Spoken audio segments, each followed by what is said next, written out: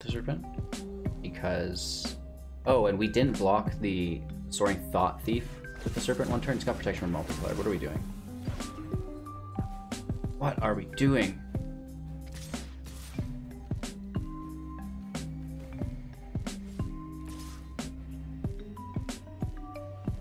My bad. Ramp through. No death touch.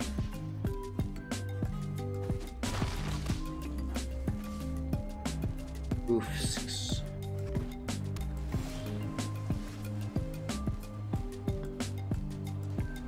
Oh, that's lethal.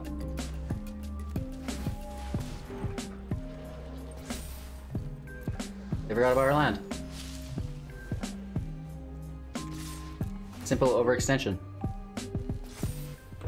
Hey everybody, welcome back. Thanks for taking the time out of your day to watch Hello Good Game. We're playing Zendikar Rising Mono Green. It got so much better. This deck was beastly before rotation, and now I don't even have words for it. We're winning the majority of our games in best of 3. Of course, we do have the sideboard here today with us as well that we'll be discussing and breaking down. So we will be playing traditional standard best of 3 with mono green in Zendikar Rising. This deck, I'm not sure what to focus on and to say that it revolves around this card, because everything is good here. There's not one good thing. Obviously Lotus Cobra is the new talk of the town. Everybody's worried about this. They think it's the most broken card in the world. It's one of the least powerful cards in this deck. Let that sink in, right? We've got things surrounding it like Questing Beast, Gemrazer, the Kazandu Mammoth, Scavenging Ooze, Stonecoil Serpent. So it goes deep. And we also have the new star of the show, in my opinion, Crawling Barrens. So we're going to get into all of that and more. My live schedule is every single morning, 6 a.m. on YouTube, 7 to 7:30 on Twitch, and then we're back on YouTube at 6 p.m. We are on Twitch all day, not just from 7 to 7:30 as well. All times are Mountain Standard. If you don't want to do the conversions, link is in the description below. It's the Linktree one. You can go to Twitch, subscribe, go to YouTube, subscribe, and then you'll be notified when I do pop up live. So easy peasy, lemon squeezy. We are playing today with MTGA Arena Assistant, the best Magic the Gathering arena tracker that you need to get your hands on. Metagame analysis, deck videos, deck write-ups from creators just like myself. So it's the greatest place to stay up to date with everything Magic the Gathering arena related. With that being said, if you do find any value within this video, I encourage you, I plead you, I beg you, give me a thumbs up, leave a comment below, and share to a friend. Zendikar Rising Mono Green Stompy starts out with a good portion of 1-drops, which is so powerful in the deck to be always dropping a 1-drop on turn 1, on 2-drop on turn 2, and a 3-drop on turn 3, and so on and so forth, right? So really riding that mana curve up is a key component to winning, but we're going to get into the strategies and synergies after we talk about the deck list here. But the 1-drops do start out with 4 copies of Wildwood Tracker. This is a 1/1 elf warrior, and whenever Wildwood Tracker attacks or blocks, if you control another non-human creature, Wildwood Tracker gets +1/+1 until end of turn. 4 copies of Stonecoil Serpent, reach trample, protection from multicolored, which is absolutely amazing. Stonecoil Serpent enters the battlefield with X +1/+1 counters on it. So this is a scaling spell. You don't have to cast it for 1. You can cast it for 2, for 3, for 4, wherever it fills in to your mana curve. 2 copies of Primal Might, sorcery speed. Target creature you control gets +X until end of turn. Then it fights up to 1 target creature you don't control. So again, we could cast this as the fight effect for 1, or we can cast it for 2, get +1/+1, for 3, get +2/+2, so on and so forth, right? So another scaling fight spell, just absolutely amazing card. 4 copies of Scavenging Ooze opens up our 2-drop slot. This is a 2/2 in which we can pay 1 green from our pool, exiling target card from a graveyard. If it was a creature card, put a +1/+1 counter on Scavenging Ooze and gain 1 life. 4 copies of Ram Through, instant speed. Target creature you control deals damage equal to its power to target creature you don't control. If the creature you control has trample, excess damage dealt to that creature will go into the controller instead, which is really nice. 4 copies of Lotus Cobra, 2/1 with landfall. Whenever a land enters the battlefield under your control, add 1 mana of any color. Into our 3-drops, 4 copies of Lovestruck Beast, a 5/5, which cannot attack unless you control another 1/1. It has Heart's Desire at sorcery speed, adds the adventure tag to it, which will create a 1/1. 4 copies of Kazandu's Mammoth / Kazandu's Valley. This is the MDFC or module faced card. On the one side is a tapped land, adding a green to our pool. On the opposing side is the Elephant, which is a 3/3 with landfall, and whenever a land enters the battlefield we will put 2/2 onto our Mammoth, so it becomes a 5/5 and so on and so forth, right? Into our 4-drops, we have to have Questing Beast, 3 copies of this. It's a 4/4 with Vigilance, Death Touch, and Haste. Cannot be blocked by creatures with power 2 or less. Combat damage that would be dealt by creatures you control cannot be prevented. And whenever Questing Beast deals combat damage to an opponent, it deals that much damage to target player, planeswalker, sorry, that player controls. 2 copies of Garruk's Unleashed, legendary planeswalker, coming in with 4 loyalty, +1, up to 1 target creature gets +3/+3, gains trample until end of turn, -2, create a 3/3 green beast creature token. Then if your opponent controls more creatures than you, put a loyalty counter back onto Garruk, so potentially it could only cost a -1. Do remember it will go -2 and then up, so if you take it to 0, it will die before it can click up. -7, you get an emblem with at the beginning of your end step. You may search your library for a creature card, put it into the battlefield, then shuffle your library. That's busted. You just get to pick a card from your library every single turn. Oh my lanterns. 4 copies of Gemrazer. This is a 4/4 with reach and trample. Mutate for 3. Whenever this creature mutates, destroy target artifact or enchantment an opponent controls. That's, you know, it has to go in there. There's some really cool synergies with this that we're going to get into in a second. And these, you know, beautiful spells are accompanied by 3 Castle Garenbrigs, in which we can tap for 5, adding 6 mana to cast creatures or activate abilities of creatures. 16 forests and 2 Crawling Barrens, in which we can pay for to put 2 +1/+1 counters on Crawling Barrens. Then you may have it become a 0/0 elemental creature. Until end of turn, it's still land.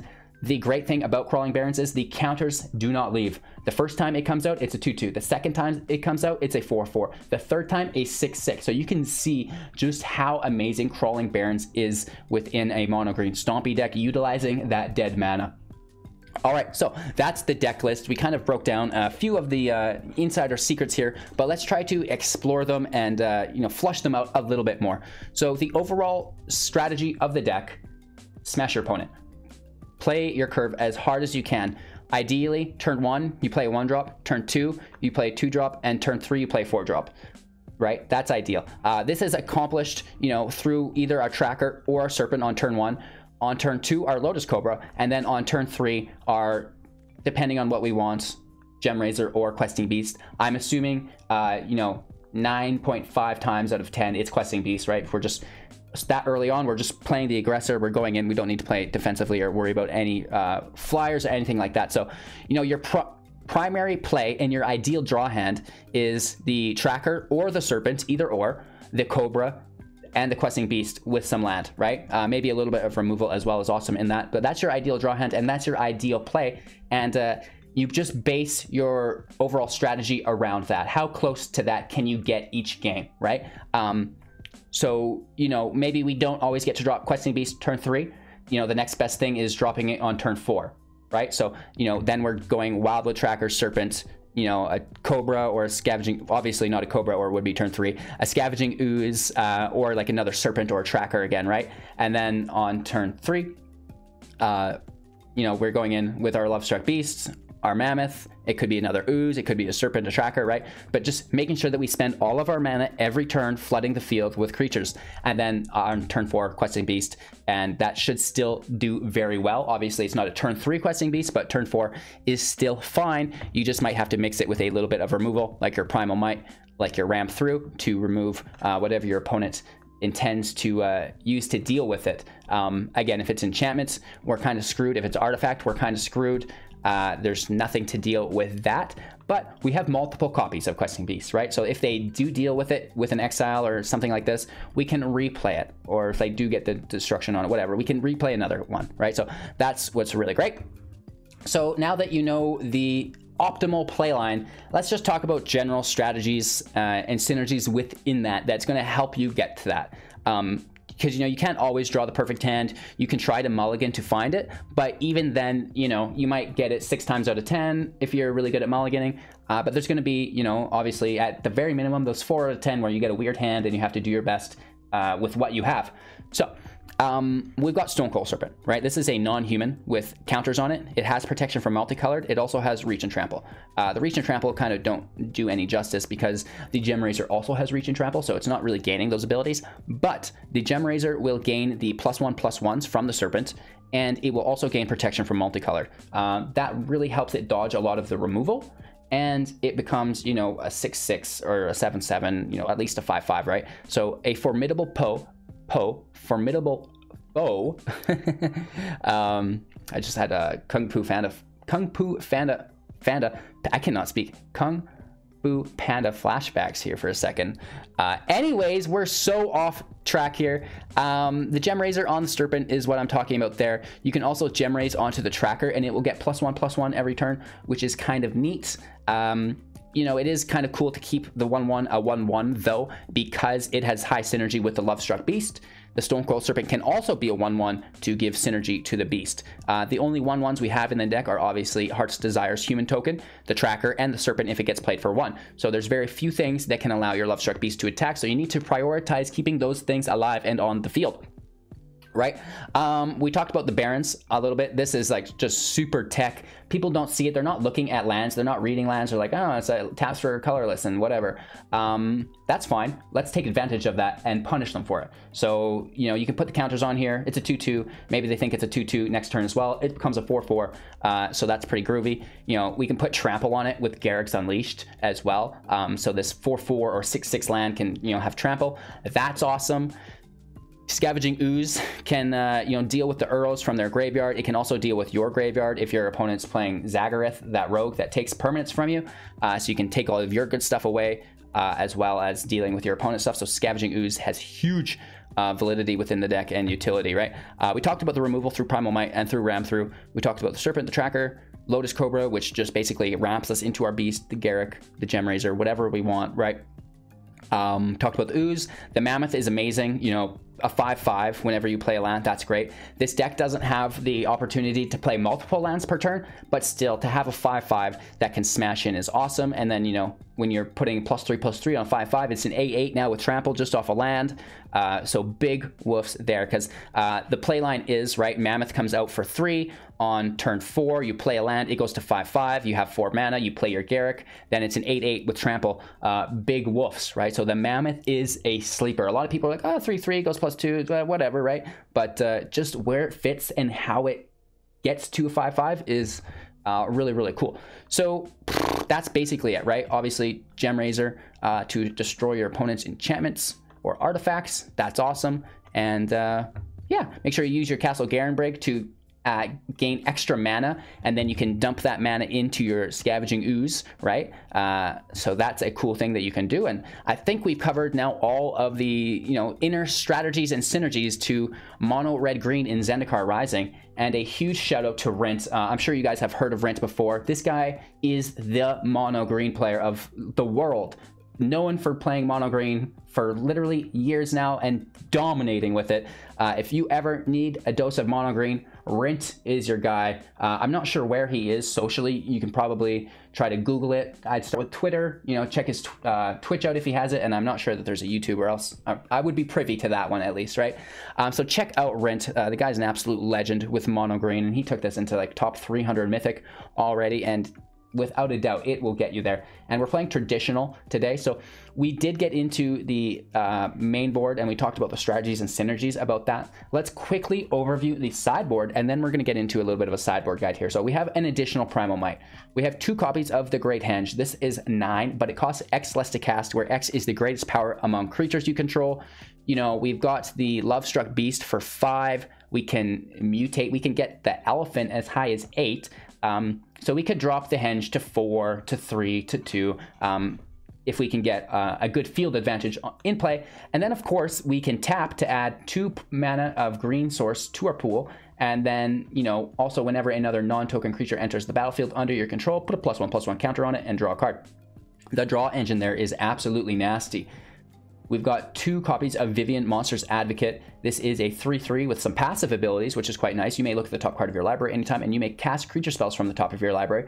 +1, create a 3/3 green beast with either Reach, Trample, or Vigilance on it. And then -2, whenever you cast your next creature spell this turn, search your library for a creature card with converted mana cost less than the spell that you cast and put it into the battlefield, which is pretty deadly. An additional copy of Questing Beast, 2 Occam Adversaries, a 2/3 with Death Touch, costing 2 less to cast if your opponent controls a green permanent, and then when it deals combat damage to a player, we get to draw a card. An additional Garruk Unleashed, 4 copies of Garruk's Harbinger, a 4/3 with Hexproof from black. Whenever it deals combat damage to a player or planeswalker, look at that many cards from the top of your library. You may reveal a creature card or a Garruk planeswalker card from among them, put it into your hand, and then put the rest on the bottom of your library in a random order. 2 copies of Destiny Spinner. This is a 2/3, and creature spells and enchantment spells you control cannot be countered once it's in play. And then we can pay 4. Target land you control becomes an XX elemental with trample and haste until end of turn, where X is the number of enchantments you control. It's still land. That's not really relevant within the deck as far as I know. There's very little for enchantments other than herself. So that's the sideboard. And, you know, my general sideboard strategy is just the same. Take out what was bad and put in what was good. The first thing I do with this, was it a creature-based deck? Was it a control-based deck, right? Was it somewhere in between? That's my first question. And then based on my answer to that question, I act accordingly. So there is no creatures. Well, that means we can get rid of the removal. Primal Might can go. Ram Through can go, right? So if there's nothing to deal that damage to, why have those cards in the deck, right? And then you can sideboard things that we're good in. So again, in theory, we're playing against control. There's no creatures for us to remove. Primal Might leaves, Ram Through leaves. That gives us 6 cards to now add in. Maybe they've got black removal, right? They're playing with Heartless Act. Garruk's Harbinger is great now, right? It's a creature, it's a body that can be protected from some of their removal. Busting Beast, you know, maybe you need some haste up in here after a Shatter the Sky or something. You know, Vivian, maybe they've got flyers and you need the reach. Maybe it's a long game and you just need some sustainability, life gain, and draw engine. The henge is for you. So, or if you're being countered, right? So just think of what was bad in your deck, what didn't fit, and put in things that you think will do better than what you took out. Obviously, we take out dead cards first and put in cards that have any value, right? Because a dead card does nothing. All of these cards will have more value than the cards that we take out that are dead. In control, if it was removal, right? So, you know, do that same scenario for each of the different archetypes that you're playing against. Is it an aggro deck, right? Is it a control deck, or is it a mid-range deck? And then plan out from there. Obviously, if it's an aggro deck, now we need life gain and we need defenders early on, right?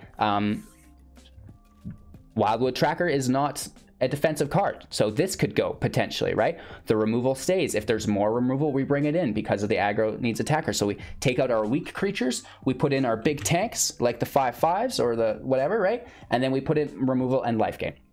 That's the aggro situation. The mid-range, you know, put in all that removal because you're going to need it, and then the big creatures, and it's basically a similar deck, but you're just focusing on specific interactions within the match, which is cool. So that's my general sideboard guide. I wish I could go more into it and give you a breakdown of each individual matchup, but that would literally take me hours to do and present for you guys. So I hope you get a good grasp on it, and you know, as you continue to play matches and get more familiar with the deck, you're going to dial it in. You're going to know exactly which card goes in where and when and what comes out. So easy peasy lemon squeezy, right? So that is the mono green Zendikar Rising by Rint deck guide by Hello Good Game, your boy. Don't forget to like, comment, subscribe, share to a friend if you found any value in today's video. We're going to get into today's gameplay footage, and then we're coming full circle in a few minutes with my final thoughts. And we've got some very exciting news, so don't forget to watch to the end. We'll see you in a few minutes. Playing first is always a treat. 3 lands a treat as well. Heart's Desire for 1. Serpent for 2. Beast for 3. Gemrazer for 4 on the Serpent. For 3, actually, but, you know, on turn 4.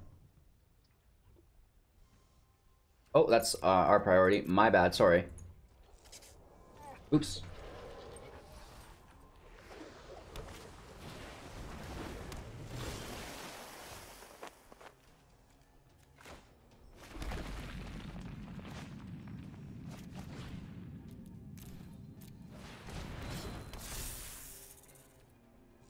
No attacks. We need the 1/1 for the beasts a little later. Oh, just disgusting stuff.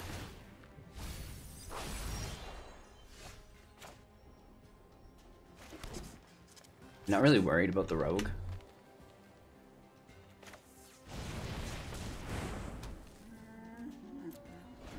We don't want to attack into another 1/1.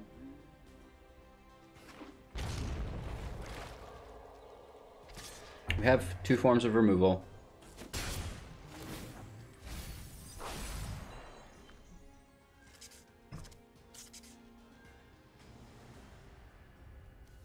Re-engrave. Nice. Man, that's annoying.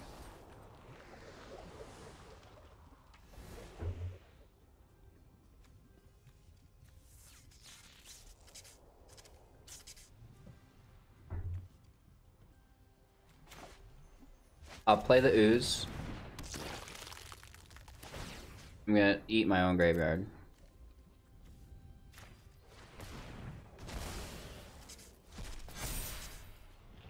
We get hit for 1.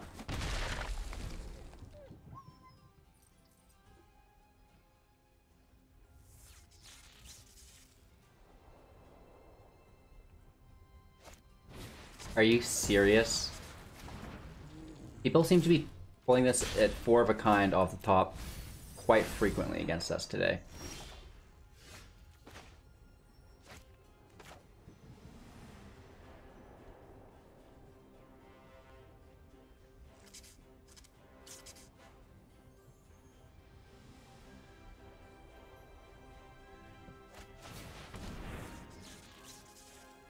See if it hits.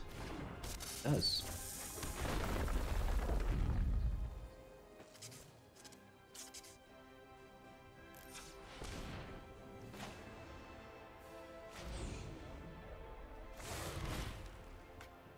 Oh, non-human. Isn't that annoying? We should keep this.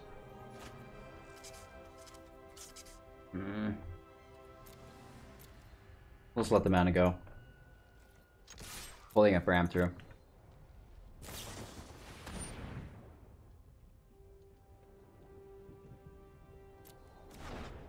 Sure.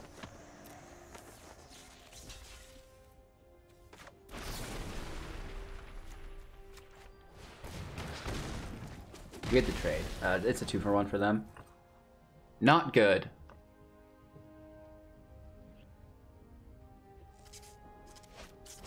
Are you? This is what I'm talking about.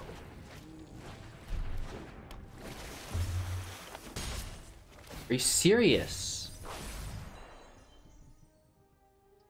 It's just like absolute shenanigans as far as I'm concerned.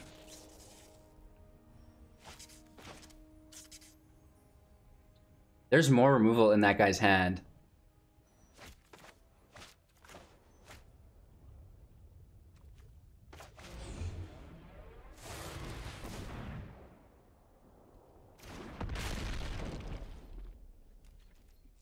At least it has reach.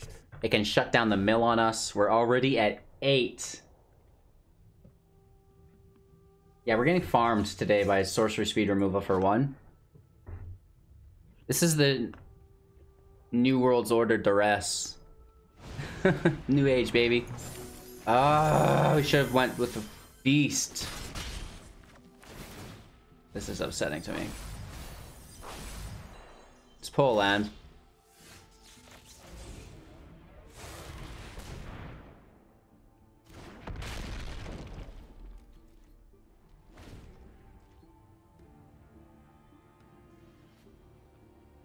We have what it takes. We just need to be left alone.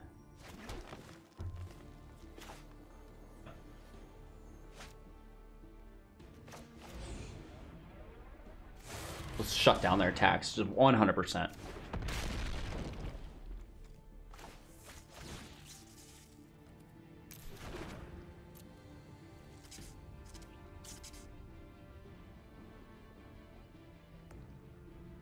What did they have going on?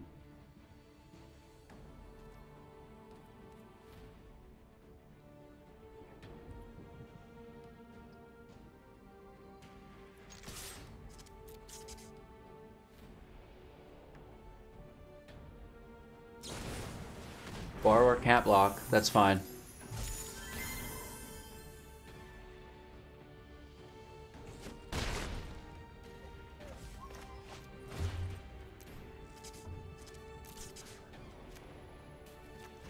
Got him! That's why you always wait to your opponent's end step to cast your spells. If you don't need them for what you're doing right now, wait until the end step. Our opponent was probably beating us until that. Zareth right here. And they're gonna take back... Oh no.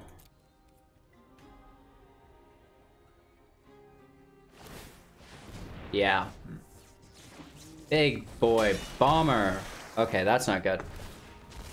Oh, permanent. They're taking our Garruk probably. Right? Yeah.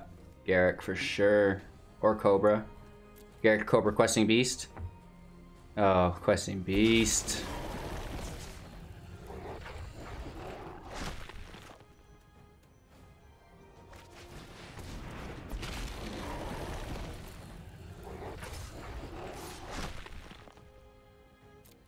Keep one back to defend. Beast stays alive. We have the 4/4.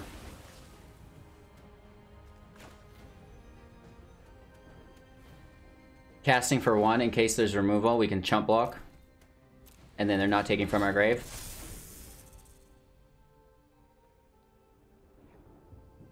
Right, they remove the Gemrazer. We can still chump block with the Serpent. Right? That's what I'm... Ah!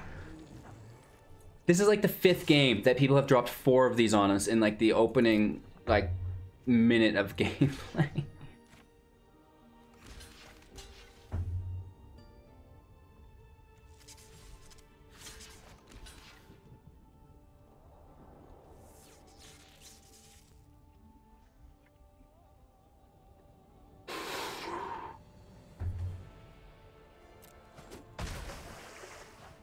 Protection from multicolor.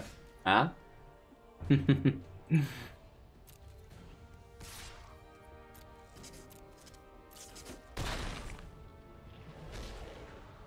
have instant speed removal. They're down to 7. We have protection from their Zerath. They can't pull a 5th Blood Chief's Thirst, so... You know, pull it from your graveyard or something. A Rankle.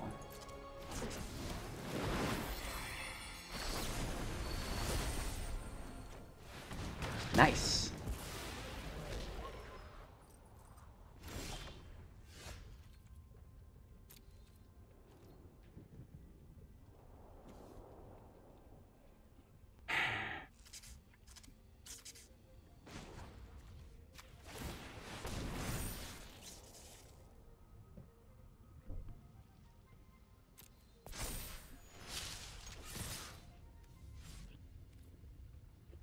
There's no way they trade with the land.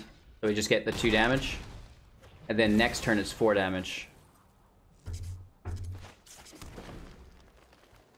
We have to pray here, but...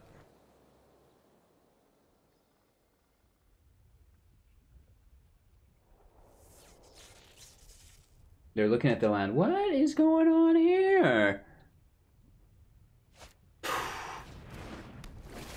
They have 3 mana with plenty of flash.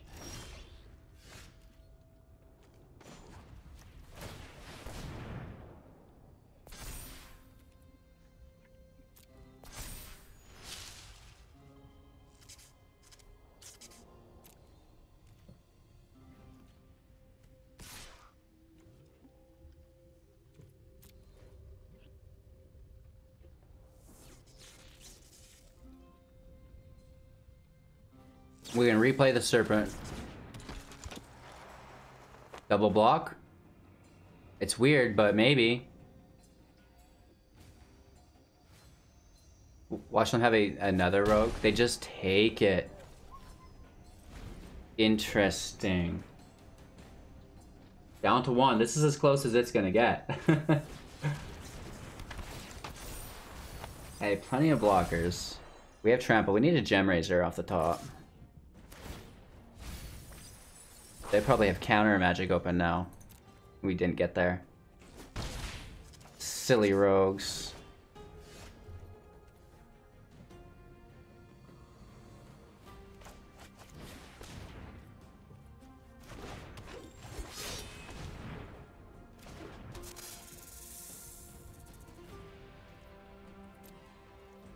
No task. Can we survive and pull a Questing Beast? Zerath is real good, especially against mono green. Nice.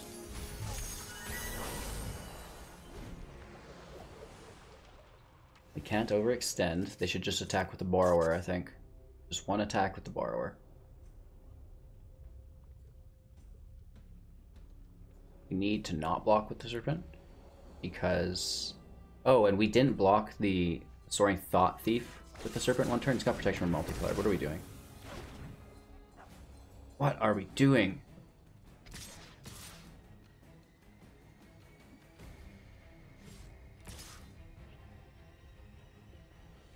My bad.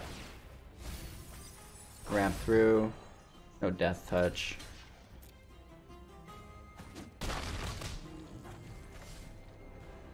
Oofs.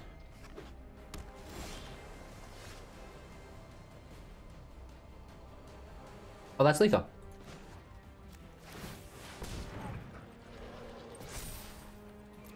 They forgot about our land.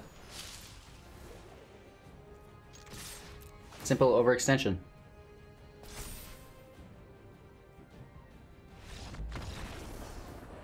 That'll be blessed by a premature attack. So that was nice. How did we get so lucky? Xerath is our big threat here. So... Hexproof from black for all that stupid removal. Right, all the removal is mostly black. No counters. Well, this is a counter spell, but mostly it's destroy. We'll take the spinner.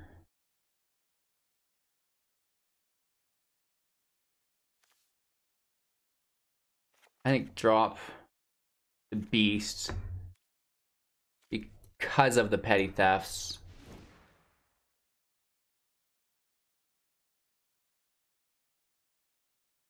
Any reach should stay. So let's take Vivian, drop Garruk. Primal Might's removal. We have a minute 20 left. 3 cards to trim. Cobra's cool until it gets smashed.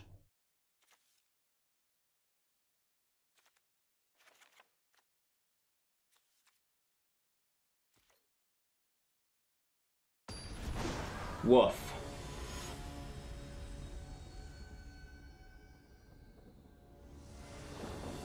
I don't think that win belongs to us. Okay. We've got our protection from black. We've got our reach. We even have a 1-drop. And a 2-drop. Lantern. Woof.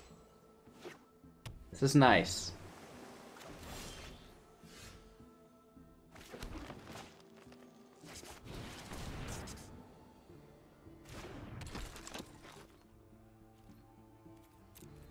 No attacks. They have a flash here. 1/3, yeah. Oof. We would have attacked into death like a dummy.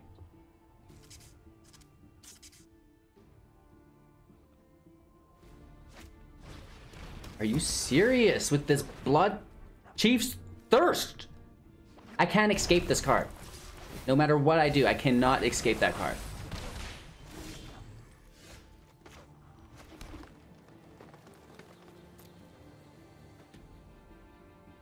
Wowzers.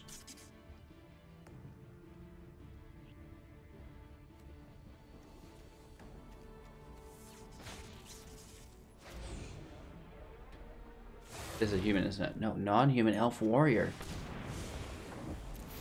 Just throw up the wall. No attacks. We have removal, and then we have our draw engines. Oh, it's not so funny now, is it?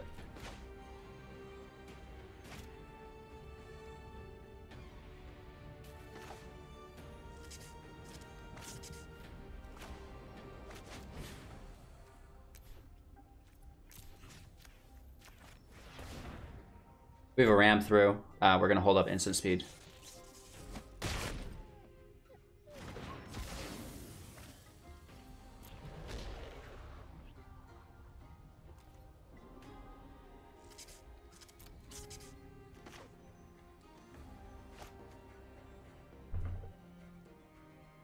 Ending our turn. Holding up ram through.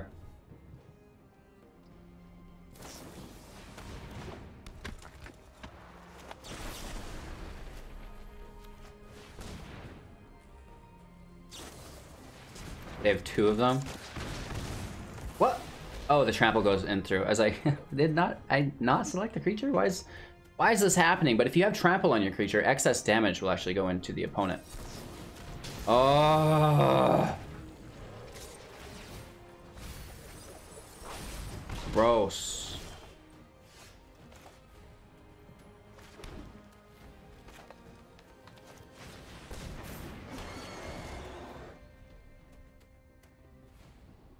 We can avoid petty theft. Rankle? Stop it! Okay, they're coming back with a vengeance. We're gonna have to sack? Probably. I guarantee we sack.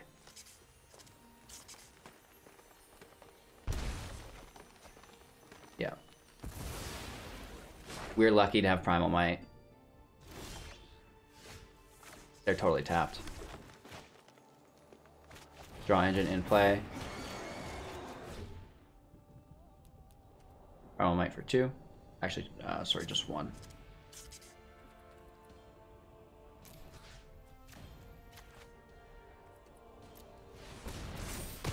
That allows us to survive the interaction.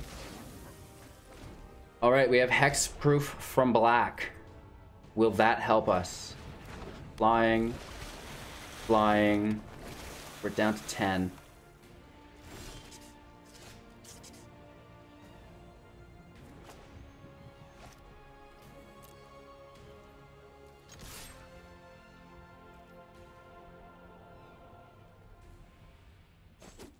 Wow, we get to draw through 4.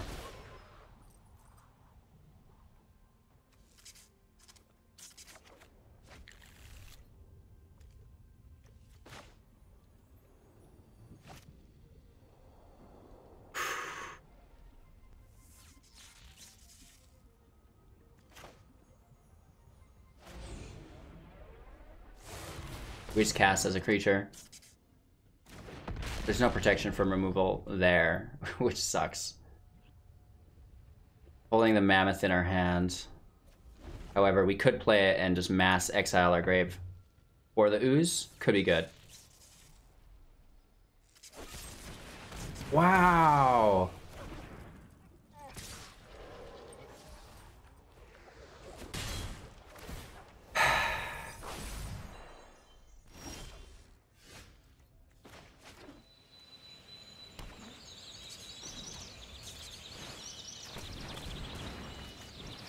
Play our Ooze, and then it gives us extra mana to exile stuff with. We want to be doing it from our graveyard, I believe. Right, so they don't take our stuff. This could take a minute or 2. I'm almost sorry, but not really. Get out of here, rogues!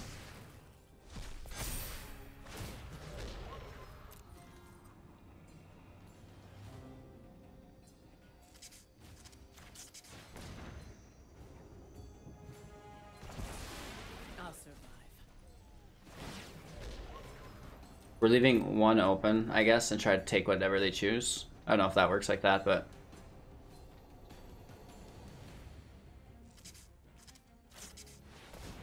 I think the Cobra would be interesting for them to take.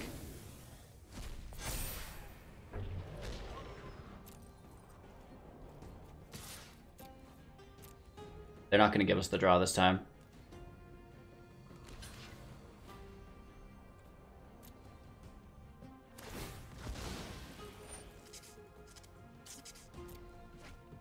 Nice.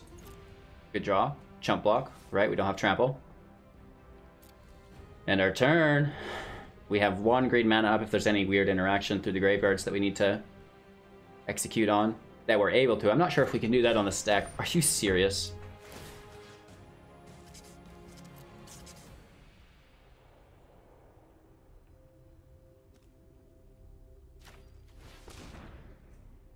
Wow.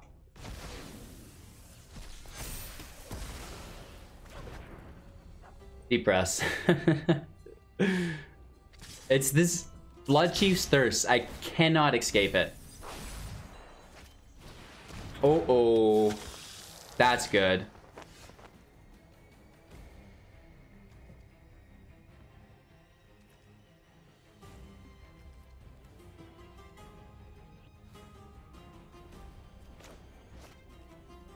It's got life gain. That's what's really bad about this whole thing.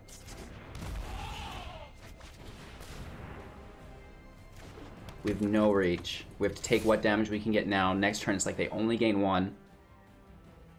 The trade's there? Interesting. Maybe that's not the worst scenario for us. I mean, it's not good, but...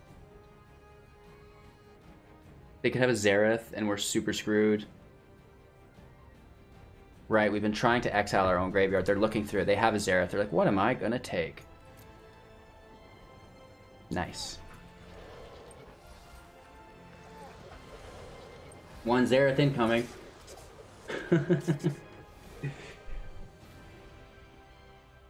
Yeah.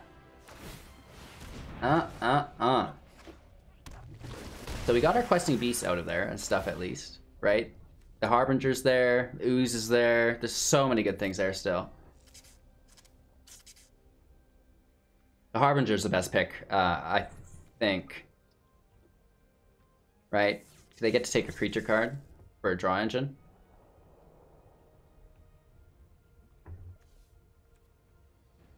Taking a Gemrazer, 4/4, it's tough.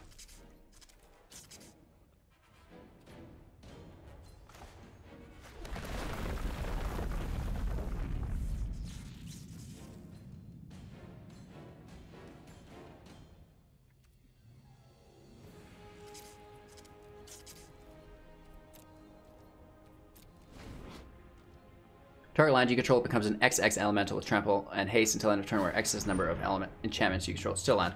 We don't have any enchantments. That's a good drop too.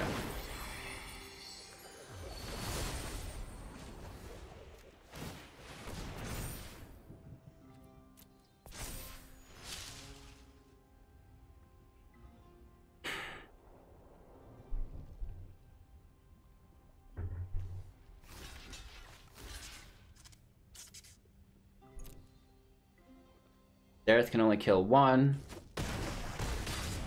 We get... Oh, we just die because of the damage. Good game.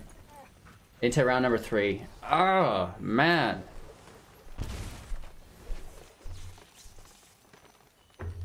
We've already lost. We're in 0. I'm not sure why this is still going.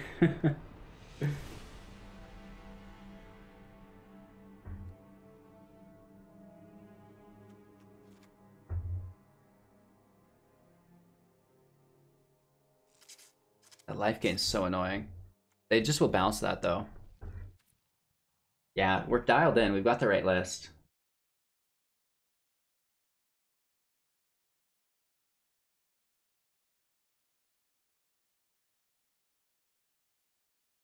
Let's believe in the heart of the cards.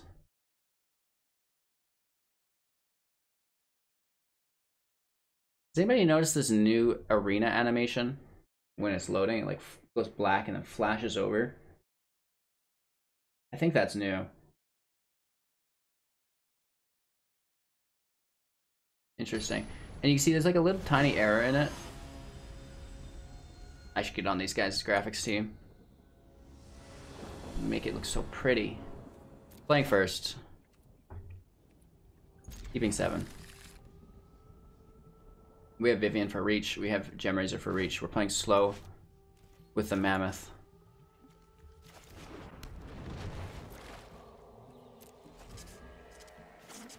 Deep Brass. They're playing slow. That's good. We pulled 2-drop.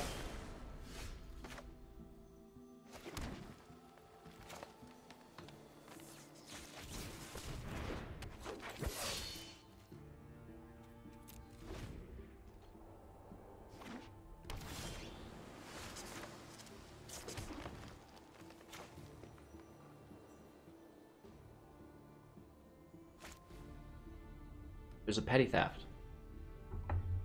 Or there's that one that blocks.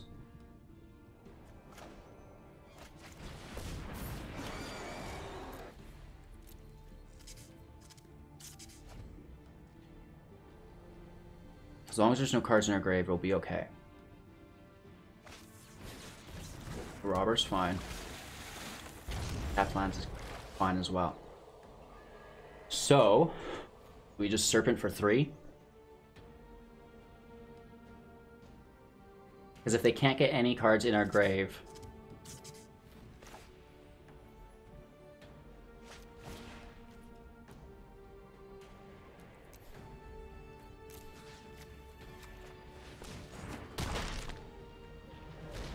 That gives us the draw.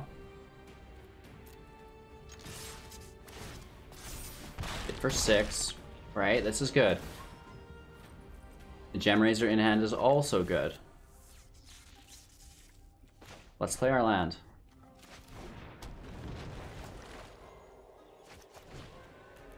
An additional blocker, right? This will shut down the Xerath if that is ever a problem.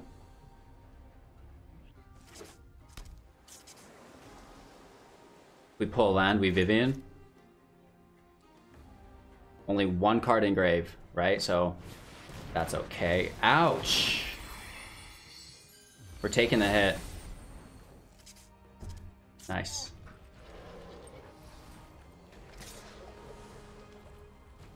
No blocks. Sacrifice the tracker. I don't think they're going to sacrifice their own Rankle, though. That's not a good trade.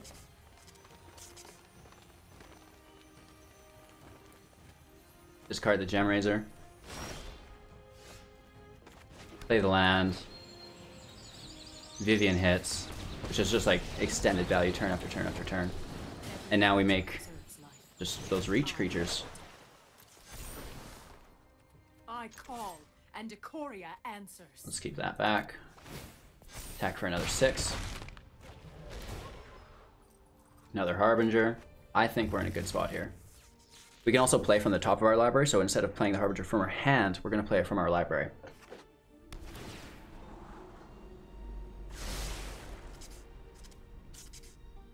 Rankle can't attack unless they deal with the token 3/3.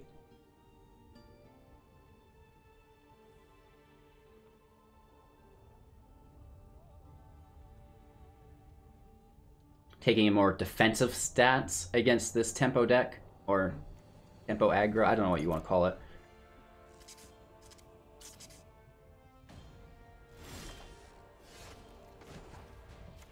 Another 3/3 with reach. Oh, and we draw the Harbinger, so we're not playing it from the top. Silly us. We will adapt to any threat.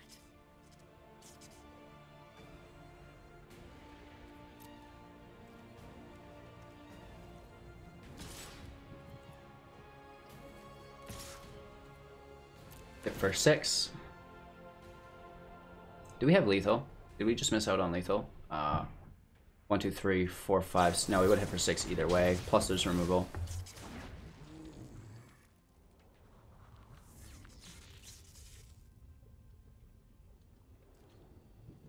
Garruk's Harbinger can dodge Drown in the Lock from the Hexproof of Black.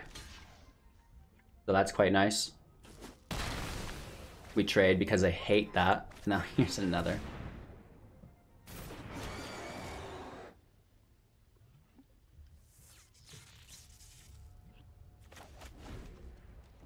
Land on the top. Hopefully there's a creature underneath of it. Ooh. Life gain. It's great, but we've got reach with 3 attack capabilities. Oh, we can't play round 3 either.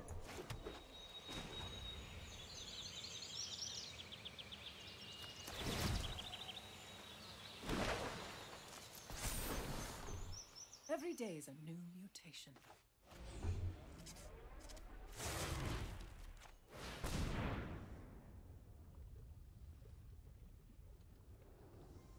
The Death Touch kind of annoys me, but if we just keep clearing the field, they won't be able to do anything.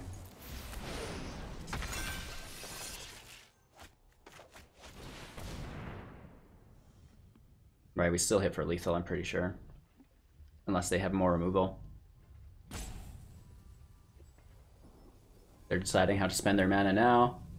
Right, we need to know what is going on with their mana and in their hand before our attack phase. They killed one with Summoning Sickness, that's not attacking. So we're hitting for 0 here, because we do 3 damage, and they gain 3 life. And we're still hitting for 3, 6. Yeah, that's just game, I'm pretty sure, right?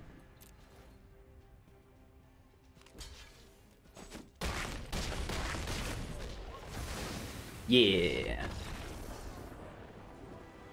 It's a pretty long match for an aggro green deck. Alrighty. Let's go. Hopefully these next few rounds are a little quicker. I kind of want to keep the Mammoth for bashing power. Go Crawling Barrens. More Demure Rogues. Are you serious? Yikes. We play 3, go to 4. Interesting. How should we best use this mana? Oh, I know.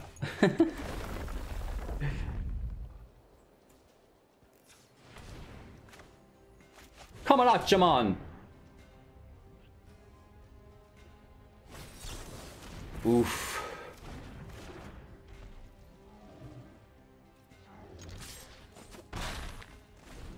That makes me sad. Oh my god. Jawari Ruins. That's a good card, boys. We have no land. Well, we do. We should. Yeah, we will.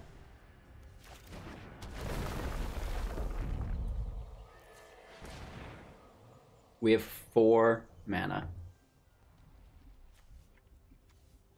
They could counter anything under 1. Let's play the Ooze and we'll eat our graveyard. Kind of like we did before.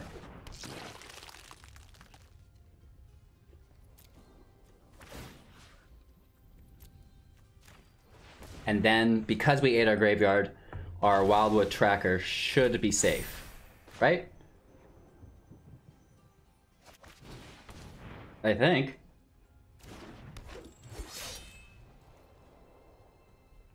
No attacks. They've got the 1/3 with flash. Oh, just an omen. Interesting.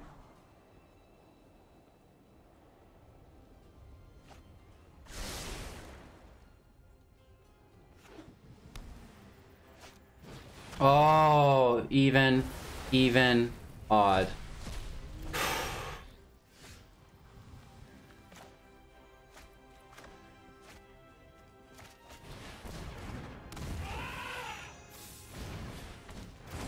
Yikes. Extinction Event. That's still a good card. We've not seen a lot of it because of all the brand new cards that just came out. Everybody's been really focused on them. But Extinction Event is good, man. Liliana. I don't want to discard Lovestruck Beast, but I guess we have to. They discard too, though. Probably just a land. We're doing things my Interesting. way.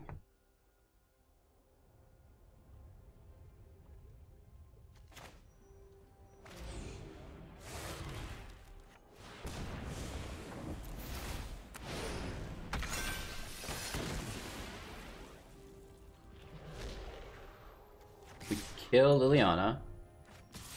And we hit home for 3. Oh, oops. We missed out on a damage. That's on me. I forgot that he got +1/+1. If we get them down to 1 point of health and we missed out on that damage. Ah!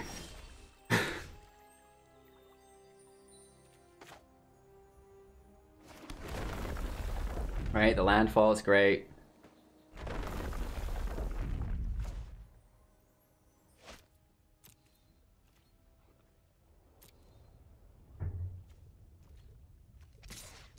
Big hits, right? Hit for 10. Wow. We were close to having lethal with the Barrens, right? We could have hit for 12. Bummer. Still get 4/5 though.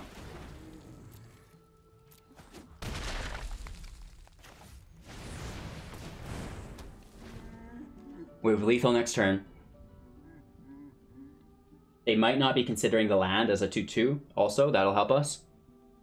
I think that's the best juke within the deck, is because people aren't paying attention to it so much. They're like, well, I gotta get rid of the 1/1.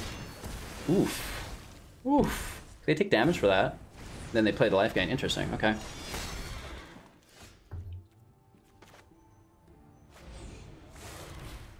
Oh, non-human. Trample is so good.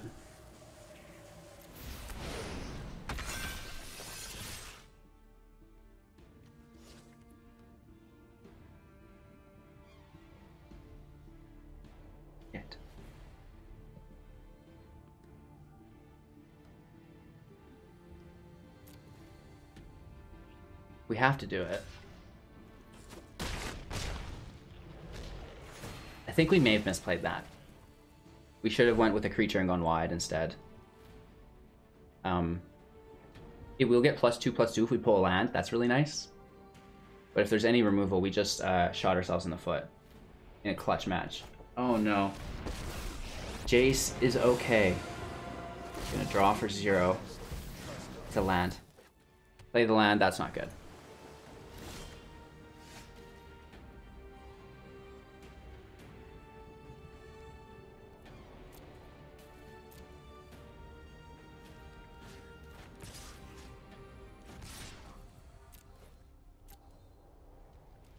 We kill Jace. Nice. Okay, okay, okay. For others, I should do better.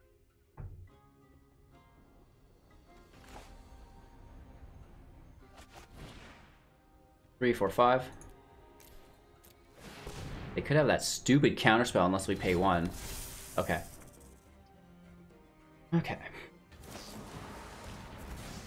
Oh. Gaining 3 life for an exile from our grave. Interesting. Okay.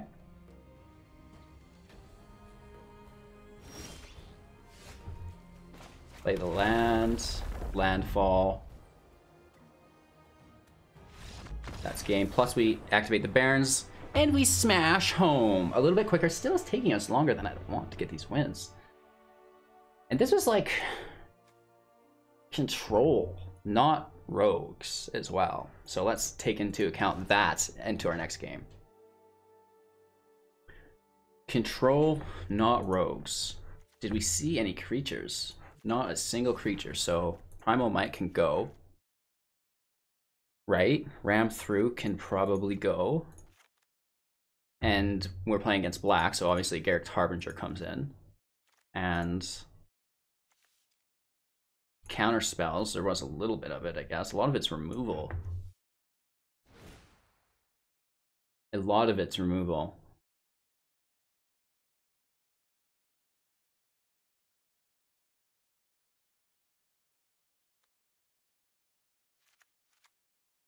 Let's take 2 henges to offset the removal. I'm thinking about Destiny Spinner. And we drop the Ooze, because there's no concerns with the graveyard. Right? I think.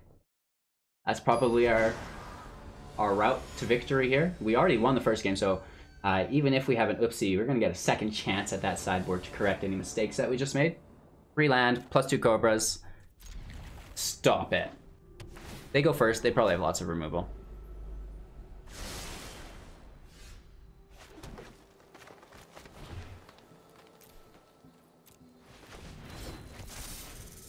Trying to pull the removal with our early Serpent. Do it. Do it.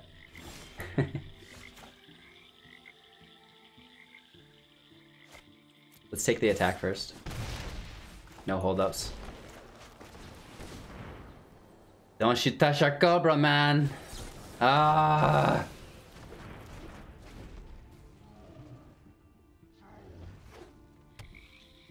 Cry. Okay, that's 2 in the grave. They can counter something worth 2.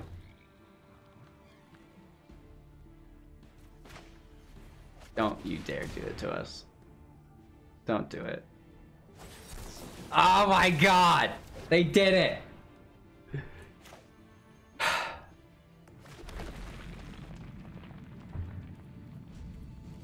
Nice, brah. They're answering our threats. Like, concisely. We have multiple Harbingers, so let's pull that. Also a draw engine. Interesting. We could pay 1 for their, you know, silly little module land counter.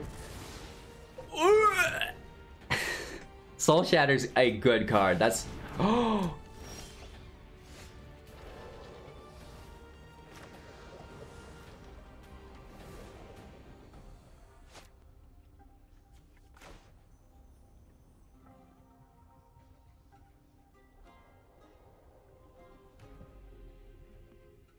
We'd have to draw another land.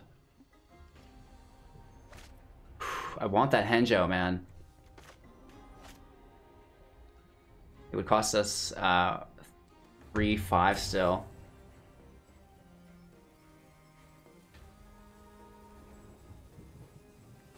Screw it, that's too much.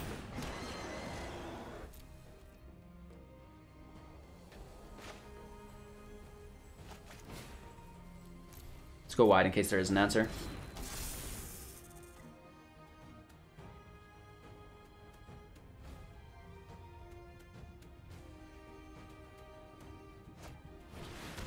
Wow. This is even at least. So that's a good thing we played it.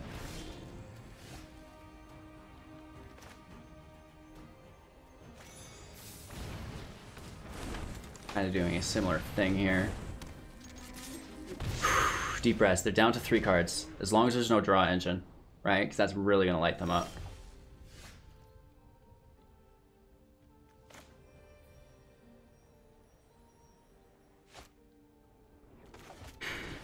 If it can hit the field, we're good. If not, they need to counter this. This has to be dealt with.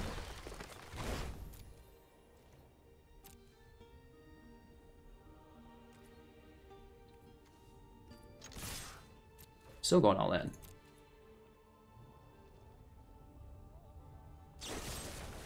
Okay.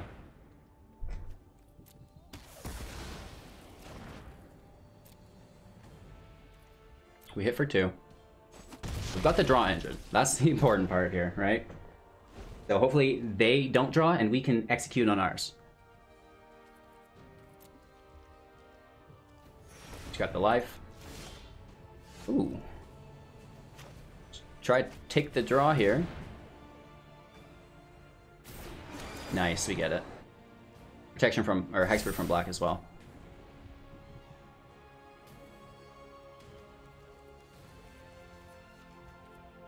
They've got removal, you know what I mean? But if it's Heartless Act, that won't work on our Serpent. Right? It will have to be another form of removal.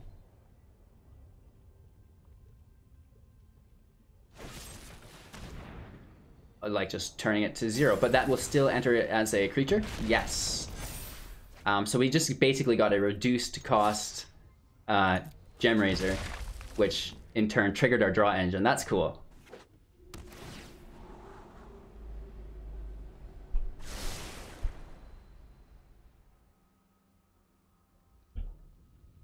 I think we're good. Right, that Great Henge is absolutely saving us, especially with this double draw. Praise thy Henge. We're gonna keep a creature in hand and go with Garruk here, because if they do remove the field, we need to keep something to reignite that draw engine. I am predator, you are predator. We will buff up our protection from black, or hexproof from black, I should say. I like to think big.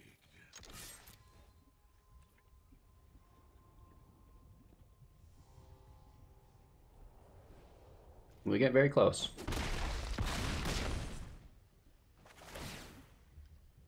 We also get a massive dig here. This will double draw on our henge, which is pretty cool. Ending our turn, just keeping it in hand in case something does happen. Because we've been burned that way before. It's happened more than once. So keep a couple creatures in your hand in case they do wipe the field, and then you can play those creatures and they'll reignite your draw engine.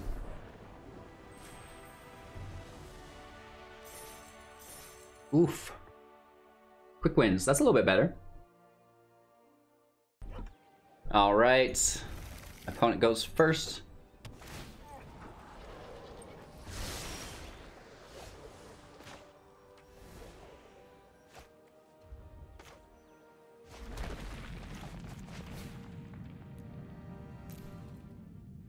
Let's try to throw in a curveball like we're a colorless deck. Right? Juke.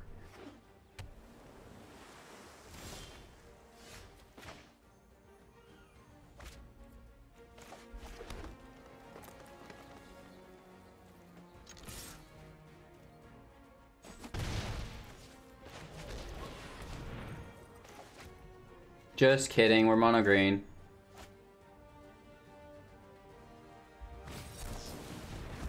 Alright. Good counter, good counter. Crash through. Stormwing. Gross. Grody, bro.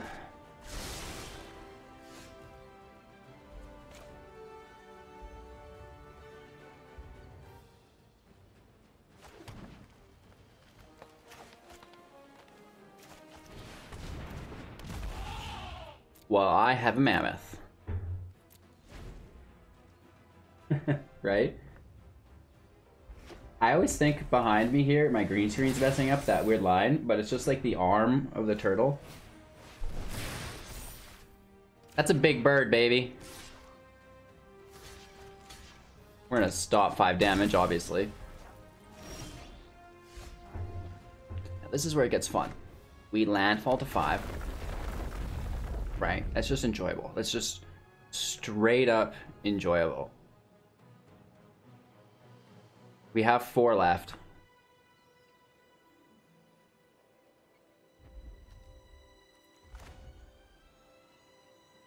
Let's go straight in with the Lovestruck Beast. Pay 0.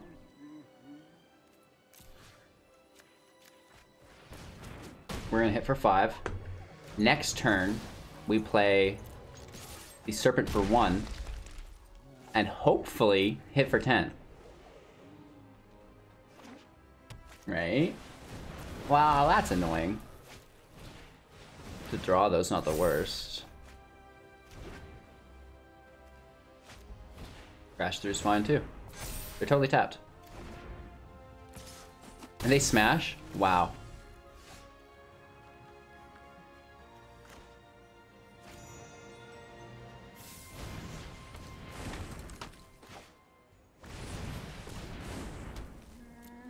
No land, but, I mean, big hits, baby. We still hold the right to Stonecoil Serpent for 1 if they deal with our 1/1. Which, in my opinion, is their best option. Yeah, there it is. Right? And that's the tech. Is try to trick people with that, right? It's like, well, they're useless now. No, no, no, no. Okay, the Petty Theft, I would have left for instant speed, but they want to get that big hit in, I guess.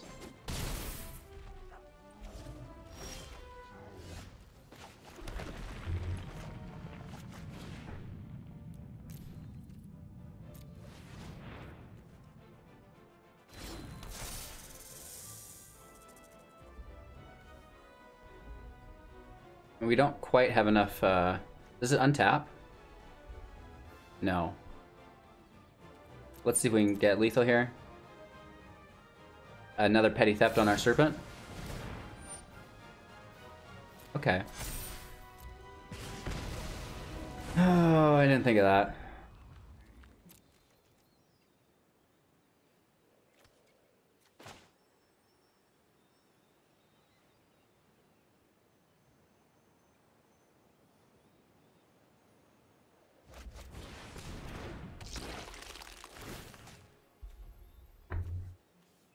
Take out the inventories. It's their draw.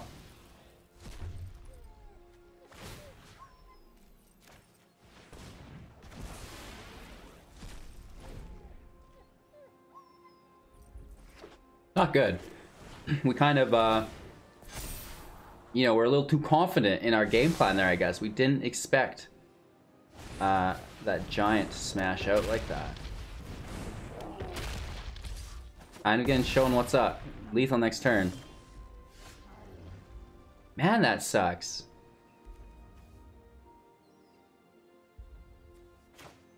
Alright, first game's on us. That's oopsie doopsie situation here.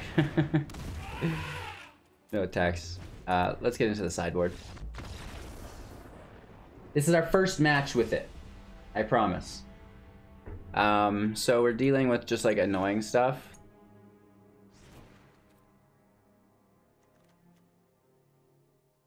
I like the Harbinger quite a bit. They're not playing green.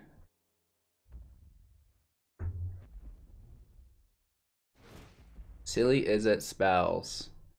We don't really have much removal, and we don't have any reach in the sideboard either. Right? So the Primal Might will be good to remove that. And the Tracker can go. That's just straight up stomp territory. And I think the Harbinger... Well, actually, this is a 1/1 for our Lovestruck Beast. But I don't think we need Lovestruck Beast at all. Let's take the Harbingers instead of the Beast. And then we still have 3 cards and a minute 20 left. I like the idea of just slamming in with Questing Beast right away. Right, having that super consistent. And then, in all honesty, probably just like a Garruk as well, right?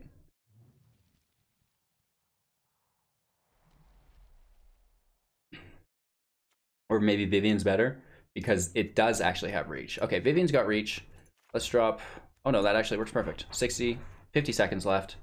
So, did you guys follow my sideboard actions? Right?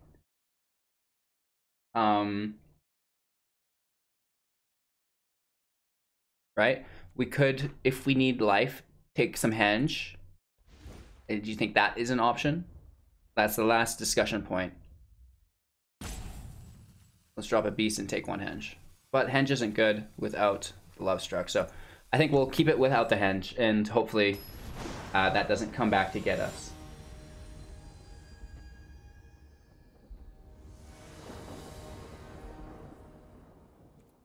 Playing first. That is a lot of land, but we hit our beast. Let's keep it. A lot of land, but like I said, what's the worst thing that happens? We hit our beast? Wow. What's the best thing that happens? We pull a Cobra? So we're beasting next turn, that means. Wow. You don't even need a landfall deck for the Cobra to be good. Okay, straight up shock. Sure. Sure! Let's just keep the graveyard empty from them. They could have, like, the Thunder Raptor. Blitz of the Thunder Raptor or something that deals damage equal to the sorceries. Alright, well, this is why we wanted the hand. They are on timer. We have L Smash. Oh yeah, baby. Send him a little Crystal Love.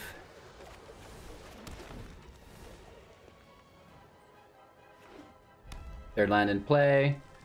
They're gonna play the Giants.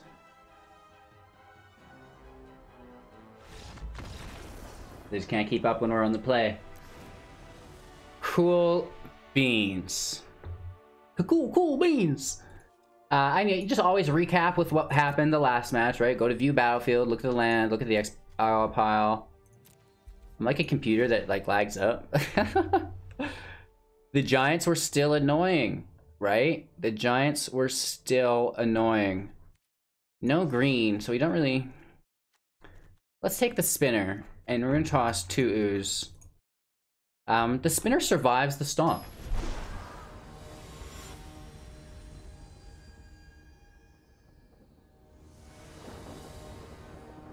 We shall channel our spirit animal here. Oof. Bad spirit animal. All right.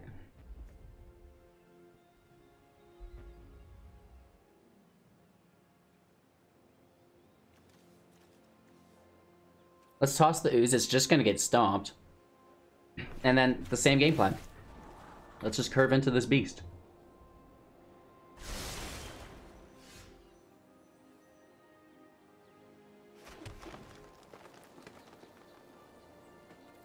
We'll leave it there. We'll play the Serpent for 2. If we pull a 2-drop, I'm sorry. That's on me. No, okay.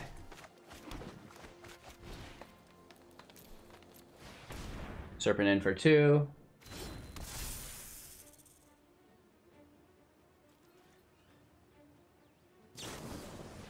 shock. Awesome. Yeah, that's... Mwah. The Kraken!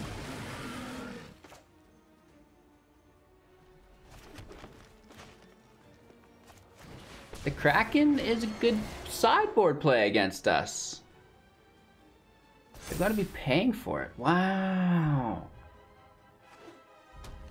We need to ramp through ASAP.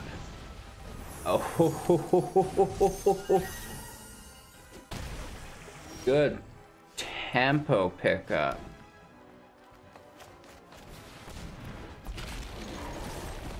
We get the hit with plus the defender.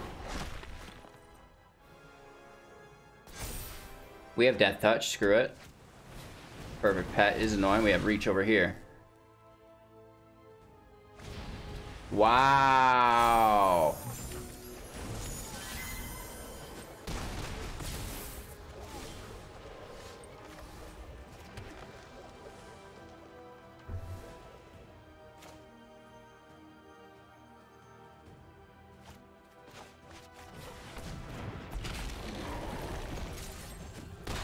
Just keep pushing that damage down.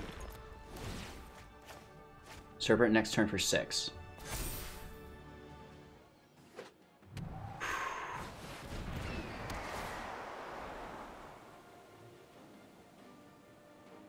Hit for 2 here. Oh, really?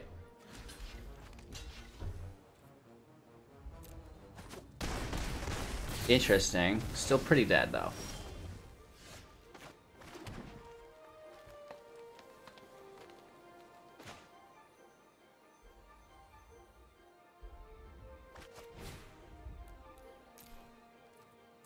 Hopefully no borrower off the top for them.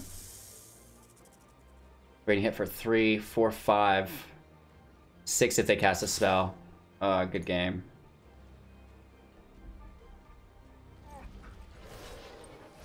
All I need to do is cast an instant or sorcery here.